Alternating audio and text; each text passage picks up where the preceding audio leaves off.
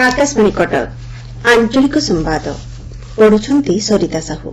मुख्य संवाद आईआईएम संबलपुर द्वितीय समावर्तन उत्सव जोगदेले मुख्यमंत्री दीर्घस्थायी विकास पर नेतृत्व नेबाक छात्र छात्री देले परामर्श। ईद नदी उपरे निर्मित पश्चिम ओडिशार दीर्घतम सेतुको मध्य कले उद्घाटन। आसंता कालीठारु भक्तों खुलिब श्रीमंदिर जगमोहन।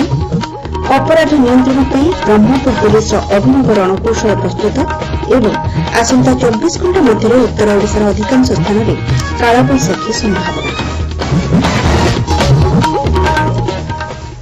संबलपुर स्थित इंडियन इंस्टीट्यूट ऑफ मैनेजमेंट द्वितीय समावर्तन समारोह आज ज्योतिविहार विजु पट्टनायक ऑडिटोरियम अनुष्ठित हो जायछि।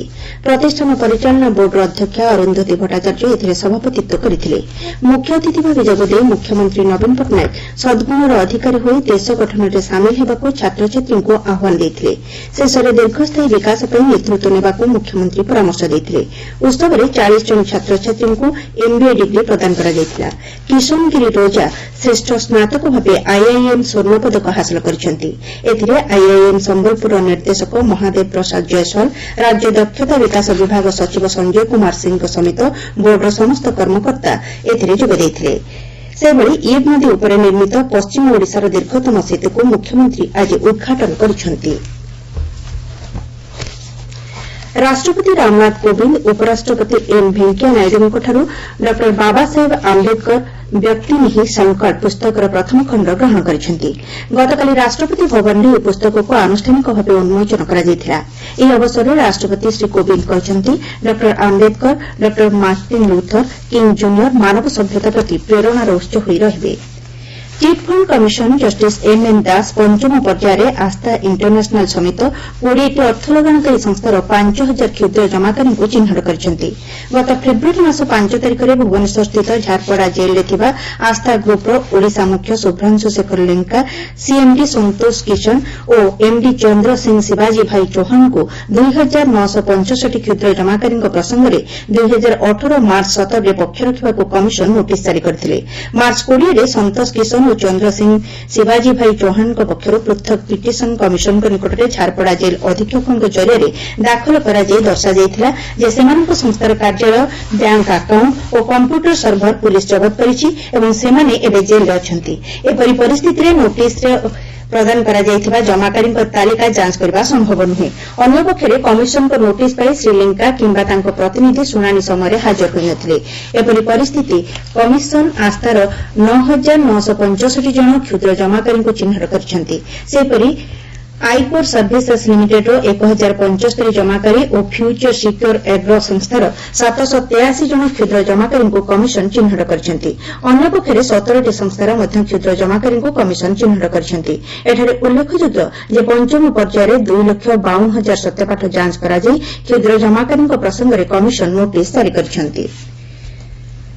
कटक शहीद भवनଠାରେ जिला प्रशासन और जिला श्रम कार्यालयर मिलित आनुकूल्य निर्माण श्रमिक सेवा सप्ताह 2018 पालित हो जायछि। ଏହି ଅବସରରେ 500 ଜଣ ଶ୍ରମିକଙ୍କୁ ପରିଚୟ ପତ୍ର ଓ 56 ଜଣଙ୍କୁ ମୃତ୍ୟୁକାଳୀନ ସହାୟତା, 279 ଜଣଙ୍କୁ ବିବାହ ସହାୟତା, 800 ଜଣଙ୍କୁ ଶିକ୍ଷା ସହାୟତା, 250 ଜଣଙ୍କୁ ସାଇକେଲ ଓ 250 ଜଣଙ୍କୁ ନିରାପତ୍ତା ଉପକରଣ ସହାୟତା ଏହିପରି ମୋଟ 1635 ଜଣ ନିର୍ମାଣ ଶ୍ରମିକଙ୍କୁ 1,81,51,800 ଟଙ୍କାର ସହାୟତା ରାଶି ପ୍ରଦାନ କରାଯାଇଥିଲା।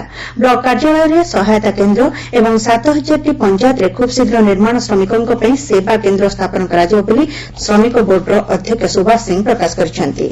मुख्य अतिथि भाव विधायक प्रभात कुमार त्रिपाठी जोगदे निर्माण श्रमिकों को ओडिशा कोठाबाड़ी और श्रमिक निर्माण कल्याण बोर्ड पक्षर प्रदान करा जाउथिबा सहायता पई ओडिशा भारत वर्ष एक मॉडल राज्य भाव परिगणित होइतिबा प्रकाश करथिले। चलित वर्ष डिसेम्बर सुधा 25 लाख असंगठित निर्माण श्रमिक परिवार को पंजीकृत करबा पई सरकार लक्ष्य रखिथिबा से कहथिले। राउरकेला महानगर निगम पक्षर तृतीय लिंगी सरकार पक्षर नियाଯାଇଥିବା विभिन्न कार्यक्रम संपर्क में अवगति निमंते स्वीकृति समावेश आज आयोजित होइछि। राज्य सरकार सामाजिक सुरक्षा और भिन्नक्षम सशक्तिकरण विभाग तृतीय लिंगी मान आत्मनिर्भरशीलता जो सब योजना हाथ को नहीं से संपर्क में कहुला। आंचलिक संवाद शुणुଛନ୍ତି आकाशवाणी कटक केन्द्र। आसंता कालीठारू श्रीमंदिर जगमोहन सर्वसाधारण भक्तों लगी खोल एथिलागि पूर्वରୁ हाईकोर्ट श्रीमंदिर प्रशासन को निर्देश देइथिले भक्तमाने किभଳି श्रृंखलित भावे श्रीजीउଙ୍କୁ दर्शन करिपारिबे सेथिलागि मंदिर प्रशासन पक्षरु एक व्यवस्थावली प्रस्तुत करा जायछि। साधारण दिनमानकरे भक्तमाने मंगल आळती ठारू गोपाळवल्लभ नीति पर्यंत जगमोहनरे छिड़ा होई श्रीजीउଙ୍କର दर्शन करिपारिबे। मात्र स्वतंत्र नीतिकांति समय ଏହି दर्शन व्यवस्था बंद ରହିବ। श्रद्धालुମାନେ सात पाहाच देई जगमोहनକୁ प्रवेश करिवे ओ बेहरण द्वार देई प्रस्थान କରିବା ଲାଗି स्थिर करा जायछि। सूचनायोग्य जे जगमोहन मरामती चालिଥିବା जोगु भक्तଙ୍କର दर्शन बंद थिला। महाविषुव संक्रांति गतकाली श्रीजीउଙ୍କୁ नुआ पांजी लागि कराଯାଇଛି। आषाढ़ पूर्णिमा तिथि चंद्रग्रहण हेबो बोली सेथिरे सूचना दियाଯାଇଛି। ओडिया नुआ वर्ष तथा महाविषुव संक्रांति नुआ पांजी श्रीजीउଙ୍କୁ लागि हेबार विधि रहिछि। ढेंकानाल जिले में 2019 सुधा आहरी 42,000 परिवार को ग्यास संयोग जोगाई दिया।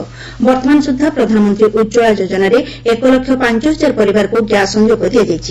अवसर में ग्राम स्वराज अभियान नाम एक कार्यक्रम ग्रहण कर आसंता एप्रिल 20 को उज्ज्वला दिवस भाव पालन हेबो बोली ढेंकानाल जिला प्रधानमंत्री उज्ज्वला योजनार नोडाल अफिसर रजत सिन्हा सूचना दैछन्ति।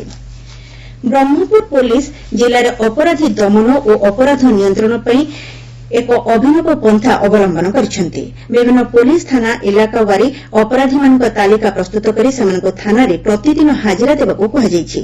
पुलिस नियंत्रण रे अपराधी मान रखिबा सह सेमानक कार्यकलाप रे परिवर्तन आनी भल मनीष हेबाकू सुजोग देबा लक्ष्य रे एहा करा जाउथिबा सूचना दियाଯାଇଛି। संख्याधिक आपराधिक मामला रे जड़ित अभियुक्त माने थाना रे आत्मसमर्पण न कले सेमानक एनकाउंटर करा जेबो बोली चेतावनी दियाଯାଇଛି। पुलिस रो कड़ा आभिमुख्य नै दक्षिणांचल पुलिस डीआईजी आशीष सिंह एवं एसपी पिनाक मिश्र विभागीय अधिकारी और कर्मचारी मानक सचेतन करछन्ति। से धारा रे अपराधी मानक थाना गुड़िक पक्षरु तागिद करा जाय आज थाना रे हाजिरा देबाकू निर्देश दिया जायथिला। तालिकाभुक्त अपराधी माने आज निज इलाकार थाना को जाय हाजर हेबा घटना साधारण रे चर्चार विषय पलटिछि। बालेश्वर जिला नीलगिरी थाना अंचल में जड़े 4 वर्षर शिशुकन्या को दुष्कर्म कर थाना अभियोग होइछि। घटनार जनापड़ी जे बाउंशबणिया पंचायत हाटसाही गांव में शिशुकन्याटी गां दांडे खेलुवा बेले ସେହି ଗ୍ରାମର ଜଣେ ଯୁବକ ଶିଶୁକନ୍ୟାଟିକୁ ଭୁଲାଇ ତା ସହ ଦୁଷ୍କର୍ମ କରିଥିବା ନେଇ ପରିବାର ଲୋକେ ଥାନାରେ ଅଭିଯୋଗ କରିଛନ୍ତି।